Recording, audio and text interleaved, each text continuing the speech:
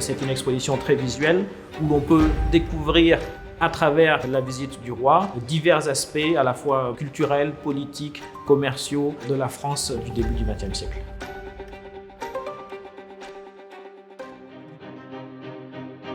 C'est une France qui est au sommet de son expansion coloniale, au sommet de sa puissance.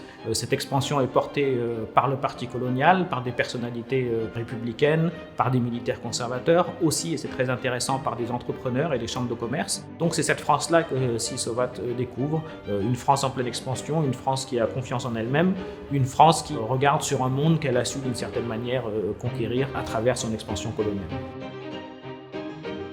Les Français s'intéressent à cet empire colonial. Il y a un mélange de romantisme et d'exotisme qui fait qu'on s'intéresse à ces lointaines contrées où la France est présente. Et c'est quelque chose qu'on va retrouver à travers l'exposition parce que la visite de Sissovat permet d'une certaine manière de matérialiser ce lointain empire exotique. On découvre la France à travers les yeux de Sissovat et on découvre aussi le Cambodge à travers les yeux des Français. On voit l'engouement de la population française pour l'empire colonial.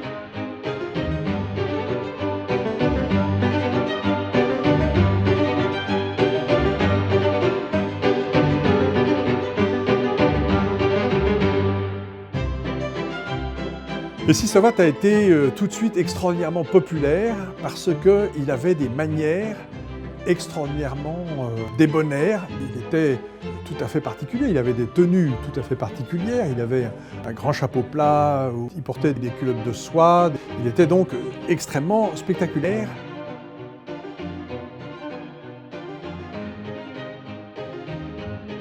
Et alors le roi s'étant accompagné par la troupe du ballet royal, les Français, un public a découvert les danses. Et là, ça a été une véritable révélation. Ça n'a d'ailleurs pas été absolument universel, immédiat. Tout le monde n'a pas compris cette danse qui ressemble si peu à la danse classique. Mais tout le monde a compris tout de suite que c'était quelque chose d'extrêmement abouti, que ça n'était pas du tout un art secondaire.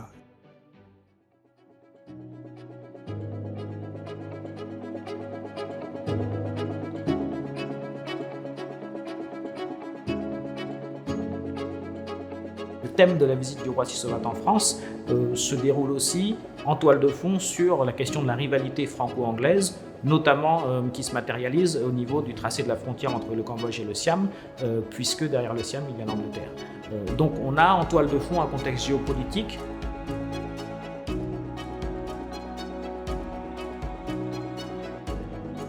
Le voyage de 1906 marque le début d'une période, d'un âge d'or d'un peu plus de 3 décennies de la présence française au Cambodge.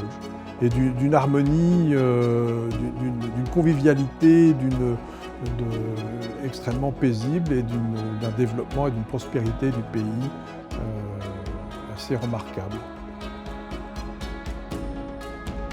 On nous montre dans cette exposition peut-être une centaine d'objets, alors que nous possédons plus de 1000 objets, cartes postales, photographies, coupures de presse, archives, traités anciens, pièces commémoratives, notamment la médaille émise par la Monnaie de Paris pour commémorer la visite du roi en 1906. Et donc en réalité, nous avons un fonds documentaire absolument considérable. Nous avons encore beaucoup de très belles images dans les réserves du musée.